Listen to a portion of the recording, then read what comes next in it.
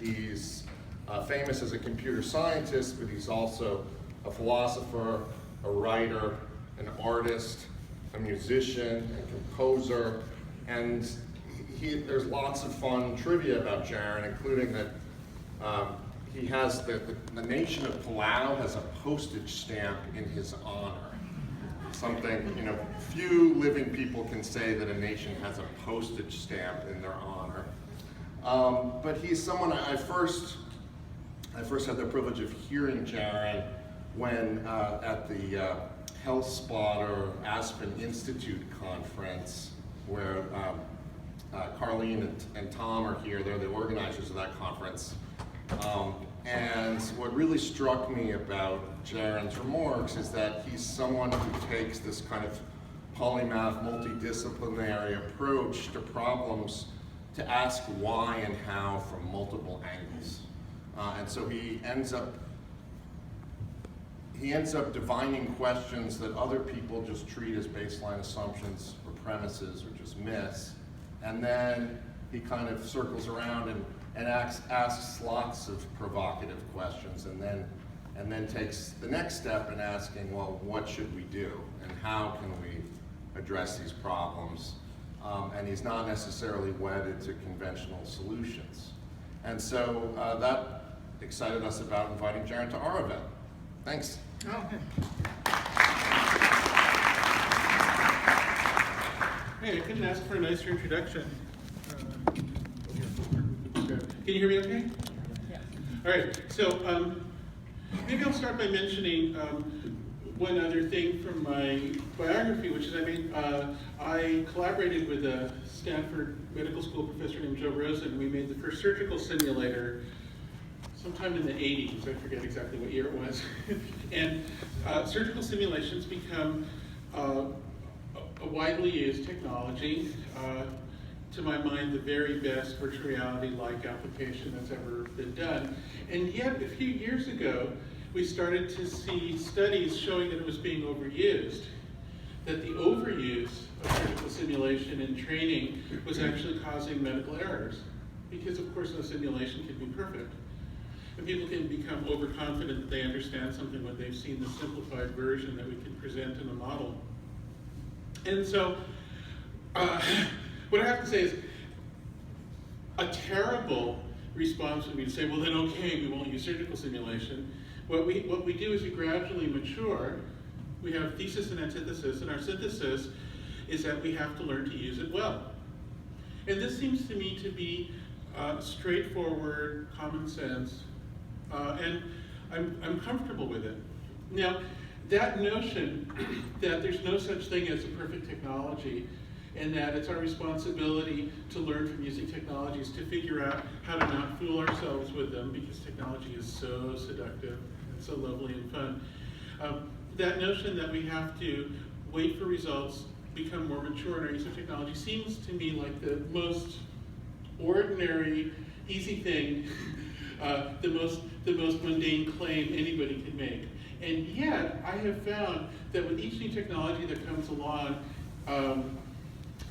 there's an extended period of time in which people simply can broker no doubt about it. Everything, big data will replace scientific theories, is a very common trope that I hear in Silicon Valley. And I don't think that's true, but to say that, to express that doubt becomes problematic. Now this notion that self-doubt is valuable is not a new idea. To thine own self be true. My favorite American colloquialisms are from the era of prohibition, don't drink your own whiskey, or from rap in the 90s, Notorious Big, don't get high on your own supply. This is well-worn and justifiably sort of wisdom. And what I'd like to do is, in that spirit, tell you about a few cases where we might want to be a bit suspicious about our maybe drunkenness is the right word, about some new technology ideas. And I really have to emphasize that if I express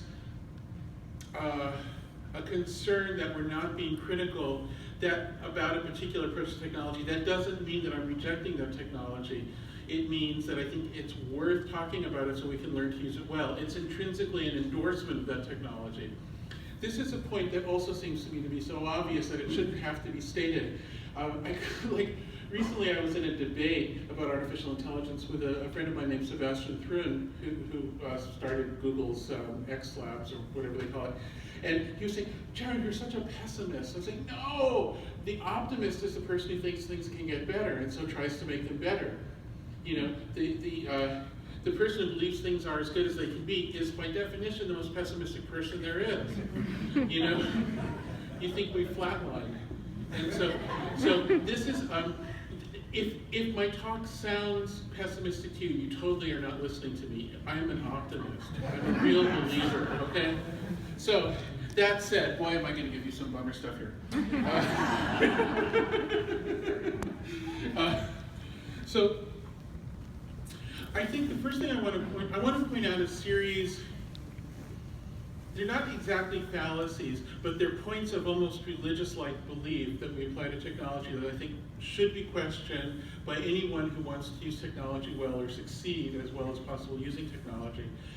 And I really want to say that within the club, which I think I'm still pretty much a member of in Silicon Valley, the people who succeed know how to not drink their own whiskey. Like you don't see companies designing key products using algorithms. They have people do it. Like there's a real limit to how much Silicon Valley believes in its own supply. Okay. So I want to start with a comment on Moore's law, because the overall religious framework, if you like, under which we operate, is that everything's getting better and better at an accelerating rate, and so we can forecast forward, and we'll all be immortal soon and that sort of thing. Now, what I want to say about that is that there's a way it's true and there's a way it isn't true, and we can really talk about what the difference is. If we can define a problem area so that it has a well-specified boundary, then it becomes true. So for instance, a silicon chip where we can specify the input and output requirements of that chip is a glorious example of something where we can see an accelerating learning curve. And I prefer to use the term learning curve instead of Moore's law, even though they're kind of equivalent. Why do I like that better? Because learning curve implies that there's human agency and human responsibility, which in fact there is. Believe me, I've seen plenty of technologies that were abandoned by people either for market reasons or bureaucracy or personality conflict. And if people aren't paying attention to a technology, it doesn't get better on its own. You know, it doesn't, no. So it is really a human project. And so I like to talk about an accelerating learning curve. Indeed, the very term learning curve implies that it's not a line. And the term learning curve predates Moore's law by many decades. So that is, so the thing is, what's an example of something that has an accelerating line to it? Well, of course, chips, as I mentioned, but also any collection of data that we can put a box around and store in a uniform manner. So if we can get big data about people, for instance, personal details, we can get better and better at mining it for the same reason. And we can have lots of people working on the same algorithms, learning more and more lessons within the same framework. And there you see that learning curve. And I would expect that to continue. Now, when you have something messy that connects with real reality that you can't put a box around, suddenly the learning curve goes away. Let me give you a few examples of that. One is just the management of computer systems and organizations. It always sucks. Things are always breaking. Why? Starting a video conference call. It always sucks. And I've worked on that one myself, and it's just a really hard problem because it connects so much to the real world. There's so many little uncertainties about what will happen on the ground with different microphones and cameras and connections, and so you can't draw a pretty box around it. What are some other examples? User interface. It still isn't great. It's not really any easier to write a document than it was a while ago, even though computers have gotten a lot faster. because it connects with reality. Now, when I say reality, what I'm talking about has a precise definition in the digital age that it didn't used to have. It's not just everything, it's that which we don't understand. Okay? Reality is the thing that we can't really completely digitize, that we don't have the perfect model for, that still has the capacity to surprise us. It's the thing that requires empirical scientific study. It's the thing that theories can get closer and closer to, but never quite conquer. That's reality. And so reality is the thing outside that box. And when you encounter reality, instead of a learning curve, you have unpredictability. Like, I would like to believe, I do believe, that someday we'll have some new physics theory that will explain gravity in some useful way so that we can float, turn electricity into floating or something like in science fiction movies. But anybody who attempts to predict the year that will happen is really just engaging the unknown. There's no way to predict that, because that kind of thing does not happen on a schedule. Now, I do want to just admit that everything I've just said is controversial, and you can find people who will argue with me about it. I will argue back, however. And I would say the arguments can become interesting and subtle, but fundamentally the people who succeed are the people who are skeptical of themselves, who avoid fooling themselves. Richard Feynman once said that the first job and the hardest job is to not fool yourself. That's what makes you successful, whether in science or other things. I'm paraphrasing a bit, but that's one of his famous quotes. It states that, and I've seen that again and again, whether it's in business or in science or in technology. There's this kind of self-deprecating, sort of almost, I think it's a form of humility, almost a disciplined humility that I've seen again and again in people who are successful, even if they vary tremendously in other ways. Okay, now I want to talk a little bit about big data. As I mentioned, in order for there to be a learning curve, you have to put a box around things. So you have to gather all the data together into some uniform framework that you can specify perfectly. Now, a great example of that were the links on the web, which Google could organize with PageRank and build this empire around search. That's a great example of a learning curve applied to something that you can draw a box around. The internet as a whole is hard to box because there's all different kinds of content and everything, but these links were all standardized, and so you could put a list of them and have a complete list. They all have exactly the same format. Thus, they become similar to a chip, and thus you can learn to do things to them. Now, this process of boxing big data has been probably the most transformative phenomenon in our society in, I don't know, the last 15 years or so. I'd like to make a few observations about how the process works. And this is another thing I've been very much part of. If I need to display credentials, I guess I'd say I was the chief scientist of Internet 2, which was the academic consortium that figured out how to make the internet scalable in the 90s, and I sold the company to Google and whatever. So I feel like I've encountered this stuff fairly well. The first thing I want to say is that, as is famous, the story that's famously told is that there are all sorts of AI tasks that didn't yield for a long time that finally yielded with big data. The most famous one might be natural language processing. So my great mentor when I was a kid was a guy named Marvin Minsky, who's probably done more than anyone to found modern computer science. He just passed away recently, and I miss him terribly. But anyway, the story goes that way back in the the late 50s, when AI was a brand new thing, and the term had just been coined at a conference in Dartmouth, he assigned a few graduate students a summer project to come up with natural language translation, which is to say, you input some dictionaries between languages, and you input some texts, and you find the pristine, perfect little set of rules, and one language should turn into another. And people tried to do that for years and years and years, and it never worked through many generations of scientists. And finally, in the 90s, researchers at IBM had this idea of just using statistics and taking examples from real-life translators and matching turns of phrase to other turns of phrase in the translation, and then mixing all of those real-world examples together into a whole, a mashup if you like, and then what came out was readable, and that's what we have today. Now, interestingly, if you look at the major centers of using big data to perform tricks of that kind, you'll see a fair variation in algorithms.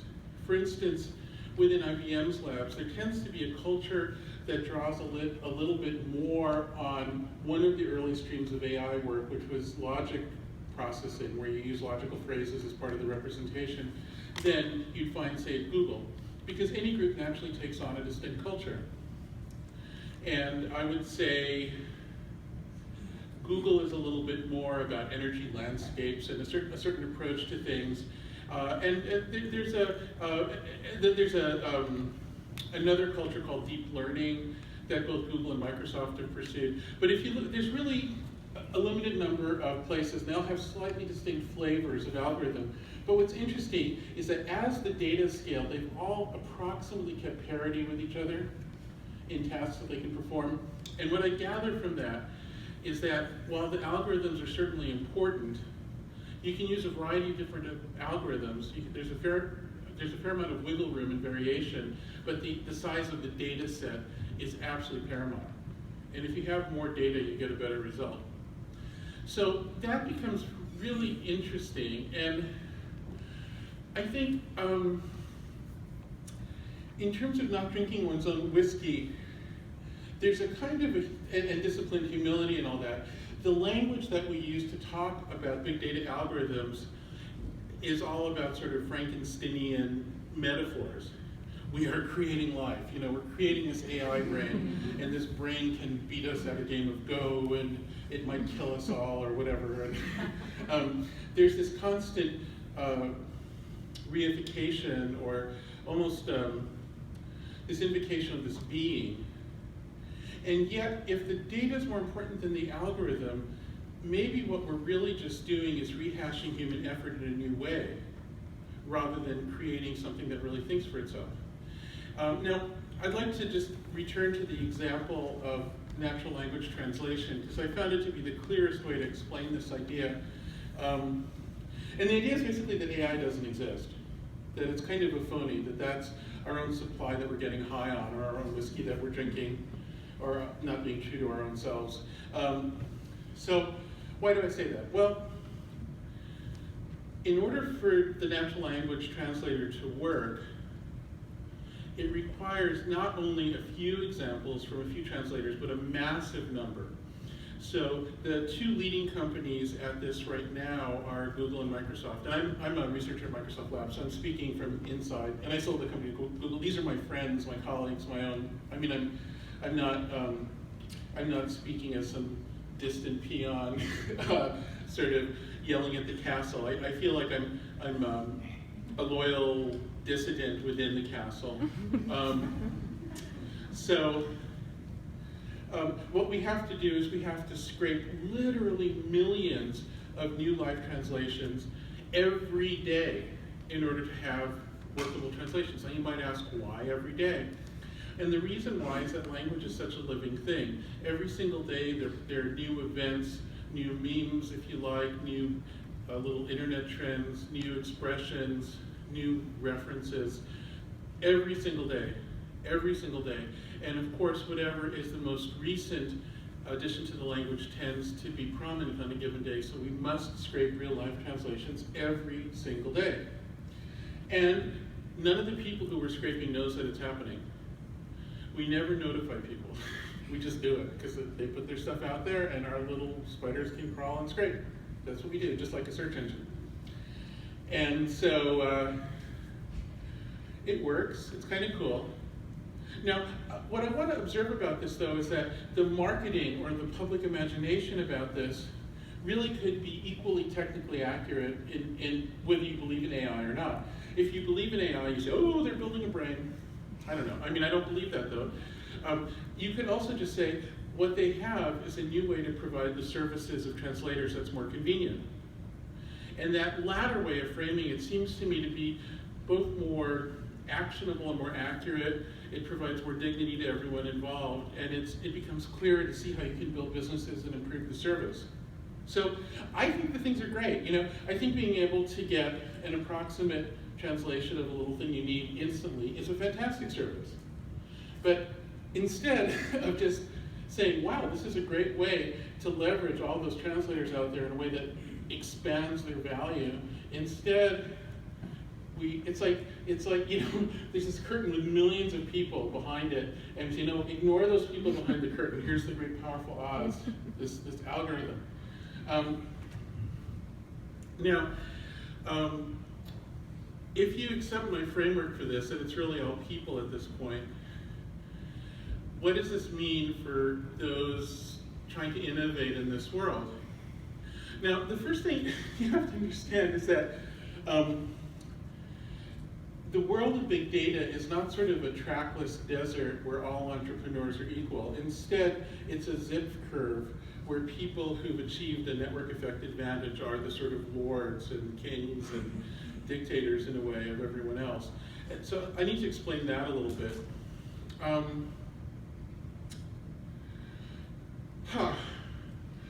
So right now, there's an enormous world of people who are entrepreneurs within someone else's big data world. A great example would be an app developer on the Apple platform or Android. There are people who are attempting to make some money from monetizing social media under Facebook or something like that. Now, if you start to look at all of those entrepreneurs, you'll see a pattern, which is that the ones who are able to succeed have some sort of a legal, governmental, something or other that protects them from the superior node, which is one of the 5 major tech companies in the US or one of the other ones internationally. And if they don't have that legal thing, they fail. So what's the difference between Zynga and Netflix?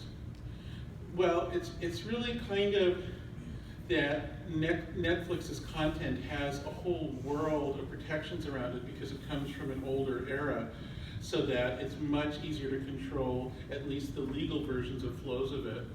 And things can be, things are added and taken away from Netflix all the time by content creators. They're empowered.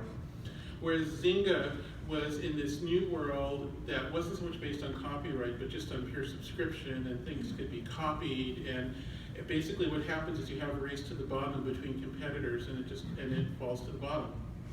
Now, there are many other examples of that. Within the Apple world, there's a unique situation that Apple makes its money from actually selling this physical thing, so it doesn't care. So it's created a unique situation. Within the Android world, there's this question about whether anybody's making money, which is a really interesting one. This giant thing that so many people work in actually is kind of bottomed out in a funny way. It's a fascinating example. Anyway, I'm only bringing up all of this, which is to say that if you are thinking, wow, I want to get into this big data world, and you're thinking, well, I'm going to do all this medical data within the context of Facebook, and I'm going to crawl through all their data and come up with medical stuff. Think through very carefully what your protection is from Facebook. Facebook is your enemy. They will swallow you, they will kill you, they will flatten you. Not because they're bad people, they're good people, but just because of the math of it. Because what happens when you draw a box around something to optimize it, which is what I was talking about with the learning curve on a digital chip, is that you optimize it. And when you optimize it, you impose a kind of order from above on it, in which you win and everything else is subjugated to the efficiency of whatever you've drawn a box around. And this just happens again and again. The way to talk about it statistically is that if you have competitors in a market system in that thing I called reality, that mysterious thing, their success sorts into a bell curve. But if they're competing within the boundaries of a Moore's Law box, then they turn into a zip curve, meaning that there's just a very small number of winners. It becomes more like a lottery. And so there are many, many examples of these zip curve sortings that are occurring all the time. For instance, the tiny number of people who do well on YouTube or Facebook or something like that, and then this enormous sea of wannabes. And the key thing here is that the difference between hitting that tip and being just off it is existential. You either make money or you totally don't. But even if you're on the tip, unless you actually are at the very tippy top tip and own the chip itself, own that box, then your position at the tip is very temporary and very ephemeral. So if you want to be an entrepreneur, the only way to work within the big data games that are assembled by people like Facebook or whatever, Microsoft for that matter, is you have to have some kind of a thing, probably legal, possibly, sometimes there are other weird effects like language barrier, or just some kind of a thing that prevents you from being swallowed up by that thing and turned into just part of the optimization process. That strategy for protecting yourself from your platform will determine your success, much more than whether you actually offer any value or do anything. Because even if you offer very little, you can still be successful at that if you can protect yourself. All right? Of course, I'd prefer to see you actually deliver a lot of value. So that's the hard lesson that I feel we should be more honest about, or at least one of them. Getting back to this question of like what is digital stuff good for? So if you can draw that box and have a lot of stuff that's contained perfectly within it and well specified, then you can optimize the hell out of that and get better and better, as can others, of course. If it touches reality, all of a sudden, all bets are off. So for instance, in our current environment, I don't know, we can do amazing data mining. I think I heard one of the early speakers talk about how easy it is to identify people from a very small amount of information. But just try to organize the logistics of getting them services properly if they're sick, and it totally flubs up. I don't want to make this too personal, but my wife is ill right now. I'm being treated at a wonderful hospital that is not only local but surrounding us, and I've been really struck that the information system is absolutely a monster that nobody can tame, and undermines the very hard work and good intents of everybody who attempts to work with it. Is that because they're bad programmers or something? I don't think so. And the software I'm referring to comes from a place near Madison, Wisconsin. I won't mention it by name. But anyway, and if there's anybody here from there, no offense, I'd love to talk to you. But the thing is, in my experience from working with programmers in a lot of big organizations, including Microsoft and Google and Oracle and government agencies, in a way, the more paranoid the programmers are about how hard the stuff will be to use once it hits reality, the better it'll work. And the more they drink their own whiskey and believe, oh, everything's going to be great, the more it'll screw up. And I think there might have been some whiskey drunk in this case. And so this kind of disciplined self-doubt is the essence of good engineering. And unless, and I do my best with my own students to try to instill that. I think we've done a very bad job instilling that as a technical culture. And this is another point that maybe is worth a comment. I think at any given time, each culture kind of needs something they can believe in, whether it's a church or a king or whatever it is. And at the moment, for a lot of our society, it's tech. A great example of that is the conflict between Apple and the FBI over the stupid phone from San Bernardino.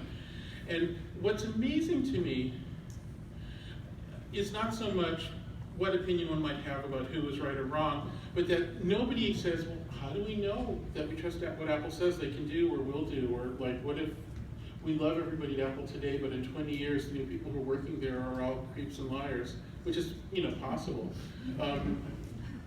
Like, there's this just desire to trust that however much we distrust our own intelligence services or police, we're going to trust our tech companies. And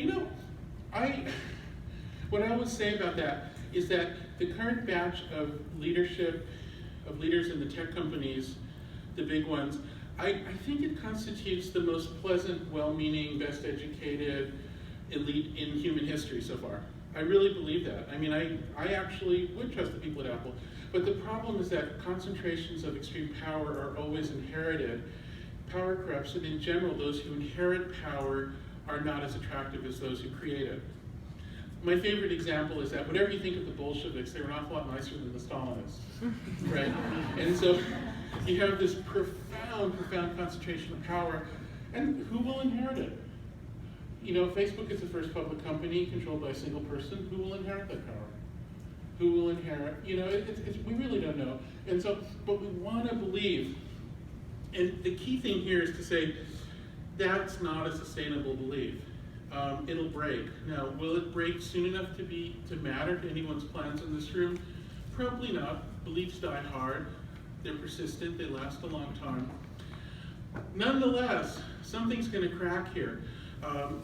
Every time we create a new efficiency service, because we're unwilling to admit that we rely on real people for it, because we're unwilling to admit that beating the world's Go champion depended on scraping the gains of real Go players, because we want to pretend that we're creating this artificial brain instead of admitting that we still need people, we're demonetizing more and more forms of human contribution and putting people into a sort of a barter economy, an informal economy where they used to be in a formal economy. And as soon as we do enough of that, we no longer have customers, we no longer have taxpayers, we no longer have people who can pay for their own medical care and need help. The whole thing eats itself. The whole thing becomes a system that's engaged in self-destruction. And that's ultimately the reason we must not drink our own whiskey. So, I think my time is up. Boy, could I go on and on. But I would love to take questions from you. But the main thing I want to say is that I want to repeat what I said at the start of the talk. Everything I've just said is an act of optimism and extreme enthusiasm for technology. It's my belief that it's absolutely worth learning to be more disciplined and more realistic as we do our own technology, and learning to overcome our own ridiculous fantasies, because it'll make us better and better at it, and it's so worth it. So this is an act of optimism. This is the most optimistic talk you'll hear about technology for months and months, I guarantee it.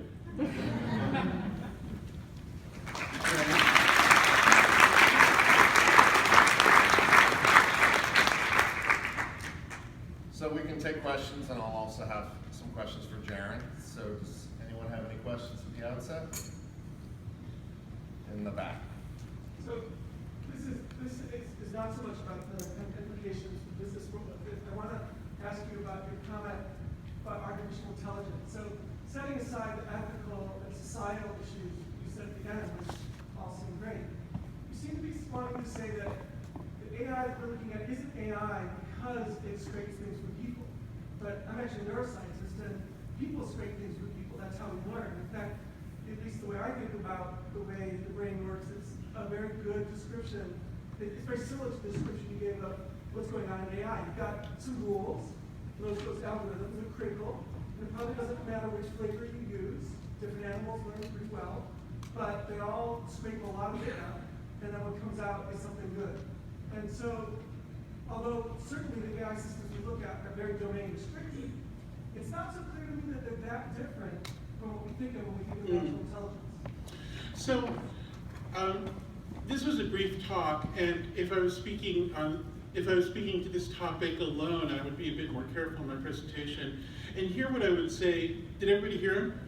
The question? Okay. So here's what I would say is that,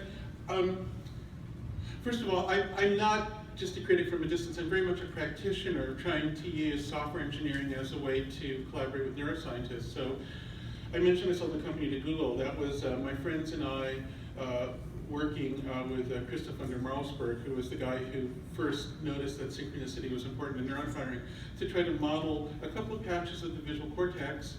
And with enough data sets from real people, we were able to get the first robust face detection and facial feature tracking, and we had the best stuff for a long time.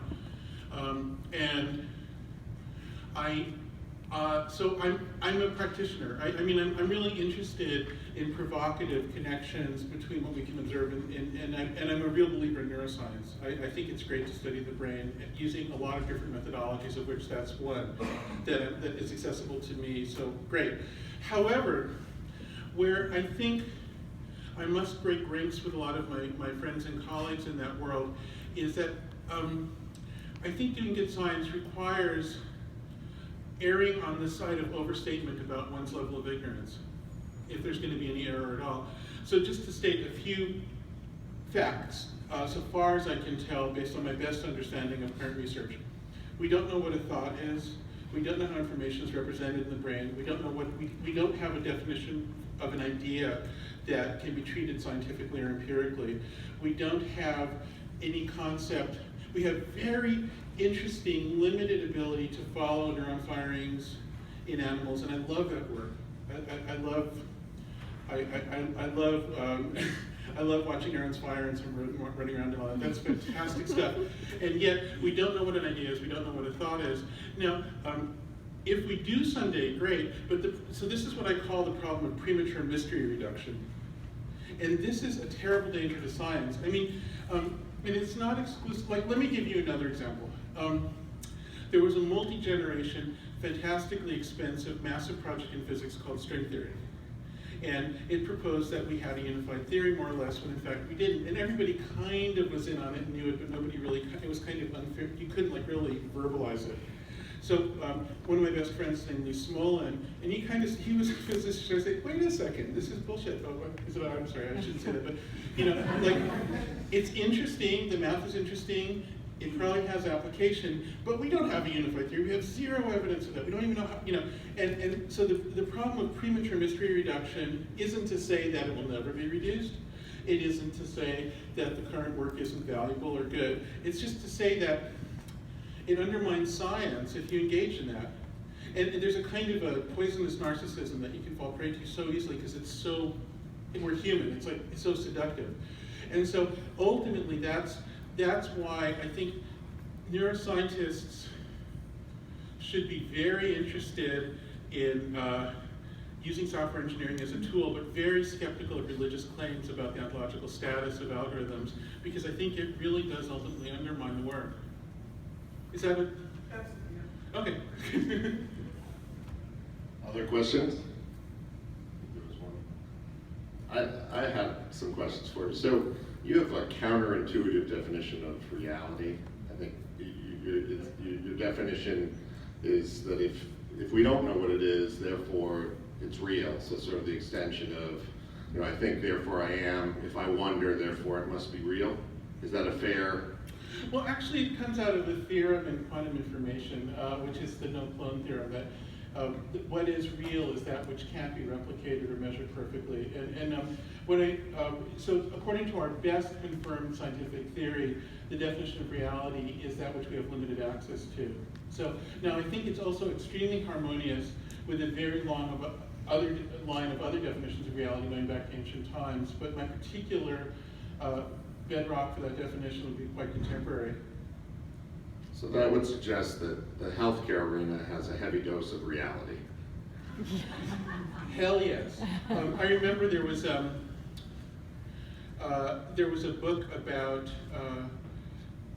a hospital in San Francisco. I believe it was SF General, but I might be mistaken.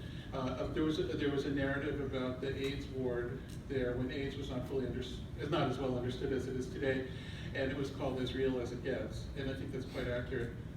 You were talking about how legal and regulatory regimes create a barrier to entry, so that even if a company's less innovative, there's opportunity by using the shields that are afforded by regulatory obstacles. So healthcare certainly affords that. But one of the themes of the different panels today has been the ways in which there's a disconnect between the data that's available and maybe I shouldn't use the word reality, the situation faced by patients. So patient data, whether it's measured by insurance codes, for one of the panelists mentioned, really doesn't match up with the patient's actual health. Yeah, that's a great example. I love that example.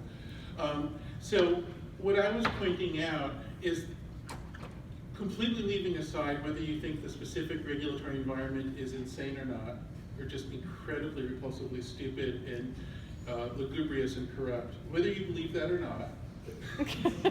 And I'm making no personal judgment here. So you mean lugubrious and corrupt in the neutral sense? In a purely hypothetical sense. Nonetheless, those things are the only protection from the top nodes, which would be like the Facebook or the Google or the Microsoft or the Amazon or the Apple. that there's no other protection. I'm not describing a paradise here. I'm describing an unfortunate state of affairs, in my view. But there's no question that the regulatory environment, after observing how modern hospitals function, just for one small example, my wife was in surgery at a certain local hospital, not this one, and the surgery had to be aborted when a certain system crashed from a certain hospital software supply company, and it took 2 hours for somebody to drive in with a key to open the room where they could press the button to reboot it, and then that took hours, and they were turned into ambulances. Right? That is really stupid. Now, and once again, if you're with that company, I'd love to talk to you. You have to be here. And you know who you are. I know you know exactly what I'm talking about here. And so the thing is, this is supported by an incredibly intricate web of regulation that's very, very hard to adhere to, that only very few vendors can match, which in turn was promoted by an enormous lobbying culture in Washington. And yet, if it weren't, that company it would just be Facebook running the hospital or something, or Google or us at Microsoft, whatever. The smaller players can only survive because of that world. I don't like it. We have to evolve to something better and different.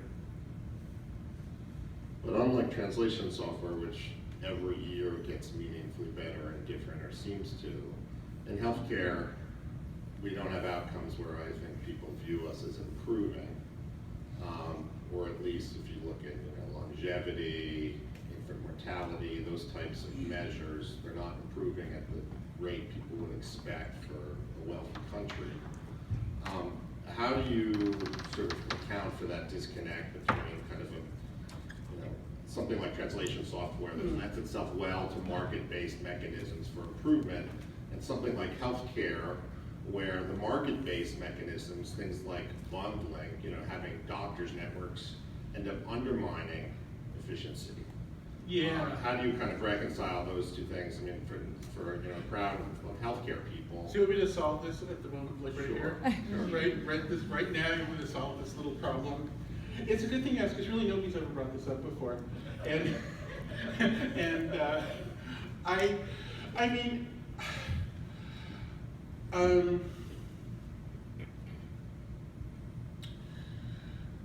if we were colonizing a new planet and building from scratch, I have all kinds of ideas about how to make it better, but as do many other people. I think many of whom would know more than I do and probably be better at it than me. But starting from where we are, I think it's going to be hard. You can't just, it's not bad enough to take a wrecking ball to it, because at least it works a little.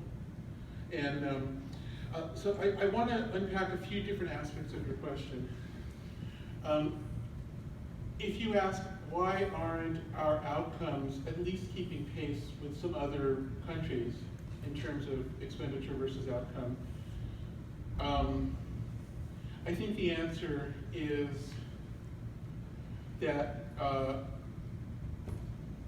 just there's a lot of people defending their own castles in the system, and that's just the way it is. And so a lot of money goes to, we all know that.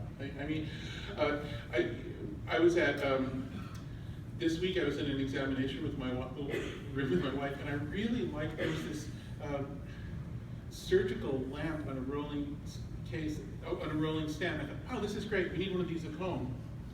And so while I was sitting there, I looked up its serial number, and I went on eBay, and I could buy a new one for $6,000 or a slightly used one for $200. And so, I think that's something, right?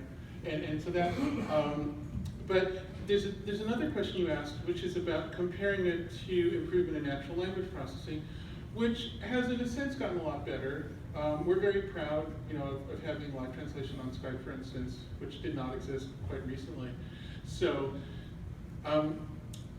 one thing is we're starting from nothing, and you're kind of catching it in the middle of an S-curve. So that's part of it. For nothing is, I think, it's an easier problem in a way, because we don't actually have to do it. In other words, if the problem we set for ourselves is, could you come up with treatments that would make somebody seem to be getting better, that would be a much easier problem than we want to look at them after 5, 10, and 20 years.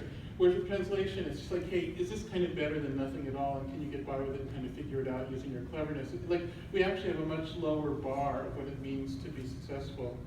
And also, the consequences of failing are petty. It's like, oh, you were talking about a puppy, I thought you meant a kitten. Like, I don't know, you know, it's like, it's not being used in a critical way. So, I think those are some of the reasons that the outcomes seem so different. Now, of course, it could be used in a critical way. Actually, this maybe not a bad moment to mention Tay. Do you guys know what I'm talking about? A couple of weeks ago, we launched this AI bot. And the idea was to have this thing that would learn from talking to people. You know, people would interact with it. And it had to be shut down in a day because it became this horrible racist ideologue very quickly. And I think that might have been a case of that was an example, in my opinion, of getting a little drunk on the idea of, oh, this thing will just, like, the truth is, it doesn't think for itself. It doesn't have a heart or soul. You know, using those terms in a very, you know, information technical way. You know, like, there's nothing inside there. All it is a statistical interpolation of the input it receives. And so it's very easily manipulable. It's very easily gameable. It's very prankable. And so I think what you're going to see in terms of there's going to be, aside from virtual reality, which is actually really fun, you should try to do. You know, another big product in the next few years that all of the big companies are going to be posting is the bot to help you order pizza or whatever. And you know what's going to happen is the bots are going to just be faker than they would have otherwise, because we realize we can't do the real thing. It's going to have to be much more controlled and limited, which is fine. That's probably better engineering in this case. So ethical rules. I think with human oversight. I mean, I think this desire, once again, there's this desire to say, oh, we have this Oz figure, and when there's actually millions of people behind the curtain. What has to happen is, there can be an Oz figure, but there has to be a performer there saying, oh, hey, I'm running this Oz. If anything screws up, let me know, I'll try to fix it. This is you're tinkering. Like, there has to be somebody in the loop. We have to admit it and give up on the sort of religious fantasy that we're creating autonomy when we're not. Moderated forums. Moderated bots, you know, managed bots. There'll probably be some profession in the future of, like, bot wrangler or something. Like, mark my words, like, somebody graduated with a CS PhD now is probably going to become a bot wrangler in 3 or 4 years at one of the companies. And they'll sit there just tracking reports, so like, oh my God, this thing's turning into an asshole. Then they'll say, like, you know, because right now that's what that's done more than we admit. I mean, there's an enormous world of people, often underpaid and often the third world, who are moderating our clouds under the illusion of autonomy. This is going to be remembered as your bot wrangler speech. The bot wrangler. Yeah.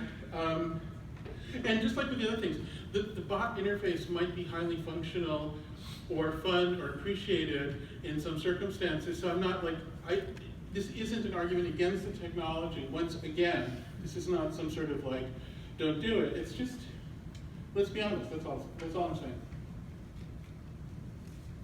Sharon, and then Sam. So you said you're an optimist at heart. What are you most excited about? When you think about the future? What's the thing that gets you excited?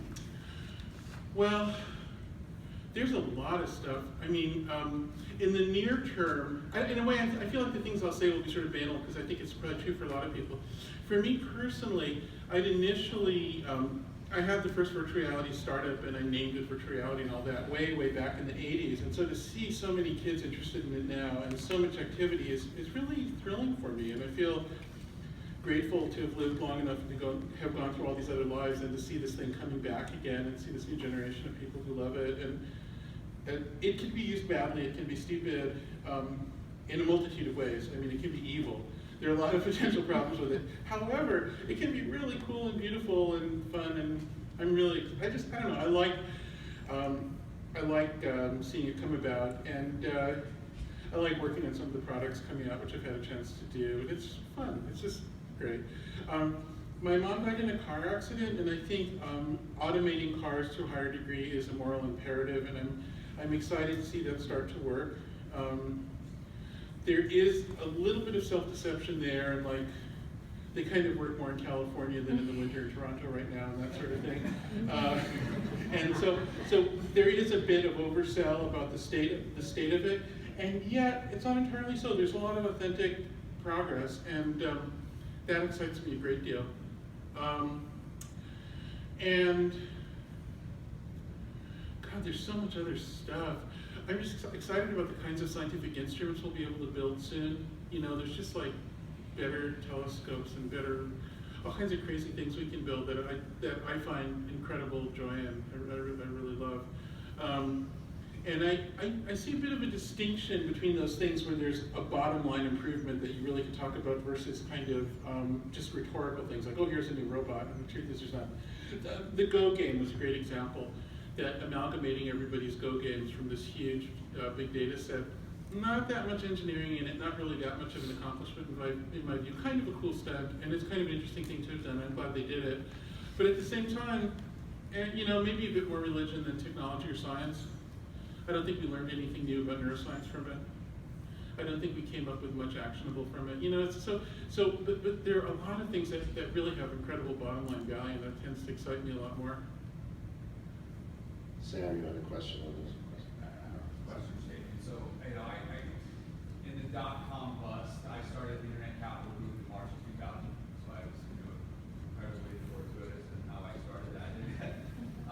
One of the things that we were doing was morphing all the online procurement with all the strat sourcing, supply chain, purchasing things. And it was funny because at the end of the day, all we did was automate a graphic process because most people didn't know how to do purchasing. This is well, you know, relative to a lot of the things that you're talking about here.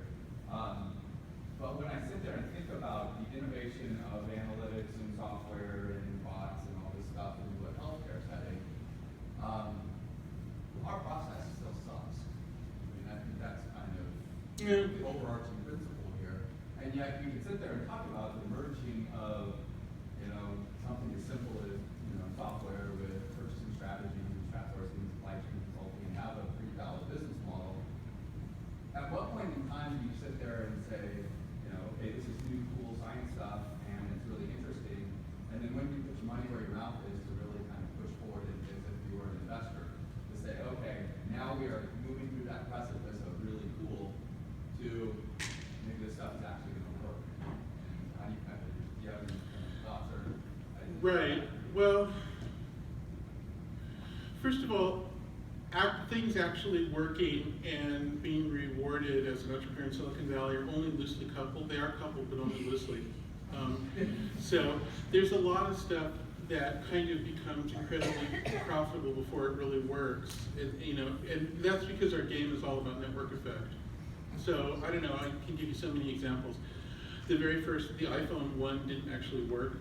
Like, you know, you couldn't do anything on it, and yet it was this like this incredibly mad thing, because they're just the dream of it and the feeling of it and all that got to people. It didn't actually function yet. Anybody who had one will remember that. And there are many other examples of that kind. And indeed, a lot of the AI stuff is like that. And arguably, a lot of the things we do have a little bit of that quality. Where like we say, oh, we're going to optimize. Oh, here's an example I love. Netflix makes a big fuss about how it has an algorithm to recommend movies, and they have this $1 million prize to improve the algorithm and all that stuff. But the truth is, they don't have that many movies, so it's a trivial problem. I mean, the truth is there aren't that many movies on Netflix, and so it's a big theatrical thing. The function of the algorithm is to create the illusion that there must be this vastness, and what you see is just what was recommended for you, whereas in fact, that's all there is. Right? And so, and I don't begrudge them that at all. I mean, what I would say is Netflix's business is selling theatrical illusions, and so like to say, oh, they can't use a theatrical illusion to sell theatrical illusions would be really absurd, right? So more power to them. I'm delighted they're doing it, but it's kind of bullshit too, right? Okay, so the thing is, actually providing value is not the same thing as market success. There's a lot of ways to have market success that really function on a very different, and the market is reality, by the way. That thing I was talking about, it's messy, it's somewhat unknown, it's somewhat unpredictable. And when you encounter reality, you know, reality has no standards. reality doesn't care whether you're a good engineer or not. It'll just do what reality does. And the same thing with businesses. So that's not to say that I hope that everybody who's an entrepreneur, especially in healthcare, will focus on providing real value. But your reasons for doing that have to come from a sense of ethics or emotion or whatever. They have to come from your own values. They can't, if you're purely commercially driven, it's kind of random whether doing well to do good is going to happen or not. I mean, I see almost no correlation, really.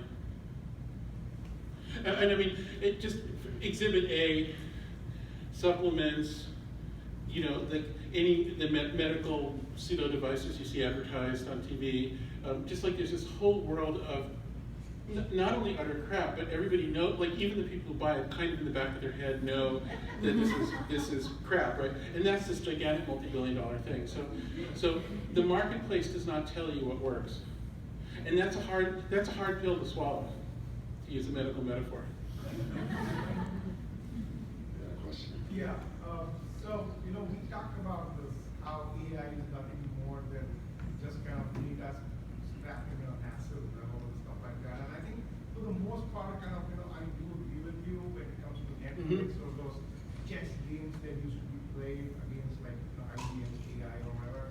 But I have a little bit of a counterpoint on Go, because anybody who's played Go will know that they're just kind of infinite moves possible in Go. I mean, it's actually said that there are more moves in Go than the total number of atoms in the entire universe. So, given that, I mean, you know, is it still valid to say that the AlphaGo AI was nothing more than just data scrapping? Well, it's very easy to test, which is you can remove the corpus of human games that were fed into it and see how well it does. I mean, you can answer this empirically, so you don't need to hear my opinion, but what will happen is it will do nothing. So, I mean, this is what I was talking about before, this question of the role of algorithmic improvement versus the size and quality of the corpus that you work with. But I always find it sort of weird that we call our data a corpus, or the plurals corpora, like, especially if we're doing medical informatics. It's very bizarre, but anyway, that's what we did. So based on the trend is that if there's some competing Go group that work with the same data set but tweak their algorithms, their performance would be still within a magnitude of that group. That the algorithms matter, but they matter less than the data set. And if the data set is removed, there's actually nothing. So it is ultimately a repurposing of all those human Go players, and we have no scientific model of how those human Go players do what they do. So the edifice rests on the mystery. It's a floating island. Thanks. Sure. So you talking about the scraping. Wait, Sorry. Hello? Yeah. Talking about the scraping, it seems to me there's a link to that, and the link that you want, that there's a thing in Silicon Valley of all data should be free, which and you know, tie all this together. And Google putting all the books onto the internet, it's a noble gesture, but the reality is someone is doing all the effort of the translation, someone's doing all the effort of the Go game, someone did all the effort of books. And if you're scraping in current time, you're scraping all that effort, and it doesn't sound like Google is paying 5 cents for everything it scrapes for translation. It's not doing anything, it's actually getting it for free. Now, the network effect, the flip side of it is you don't publish onto the internet, make it available, then you've lost your network effect. But it also seems like this is essentially, I agree with you 100% that at the end of the day, this is scraping people's work, but it seems like it's also scraping it for free without some sort of compensation, and therefore devaluing of the people's efforts so that Google and the like can have the profit. Can you comment on that concept? Sure, and there's a whole long epic story of this question about whether information should be free, and I could go on and on about it because I've been very much in the middle of it from the start. I used to have a friend named Richard Stallman in the 80s in Boston who was one of the principal inventors of the idea, I'd say, and then another very close friend of mine is named John Perry Barlow, who's one of the principal propagandists of it, and I could go on and on about it. Empirically, I was a big promoter of it. I mean, I wrote this fiery op-ed in the New York Times in the 90s called "Piracy is Your Friend," and I used to give fiery speeches. I did this thing in the U.S. Congress about it. I was a believer because it sounds right. Empirically, I just started. What really got to me is I noticed that I was starting to get a lot of requests to help organize fundraisers to help like jazz musicians and people who weren't like at the very top of their game, who weren't like multimillionaires, but had been very successful sort of like upper middle class people, artists, and they were suddenly desperate because they got sick or something. And it got to the point where I was organizing a desperate fundraiser for somebody who'd formerly been an upper middle class jazz musician once a week, and I finally realized this isn't working. Like, you know, empirically, great theory, you test your hypothesis, and then you look at the results, and if you can't look at your results honestly, what are you? You're lying. And I realized results are terrible. So, you know, I think the way to think about this is it's very easy to get into these little moral model arguments, like is it fair for people to be scraped for free, or is it unfair, or is it whatever, because we even frame artists' rights as moral rights in some traditions. And I think that that's not the right framework, because people will have endless opinions about that, often colored by their particular position in the system. I think the better question is, whatever you do, is it sustainable? I mean, societies always kind of decide somewhat arbitrarily what work is paid and what isn't paid. Like, we don't pay for a lot of the stuff parents do, some of which is pretty hard, I've learned.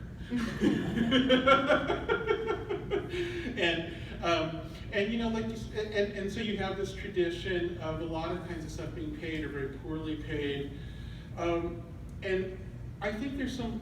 That's never going to be perfect. There's never going to. I think the right question is the system sustainable?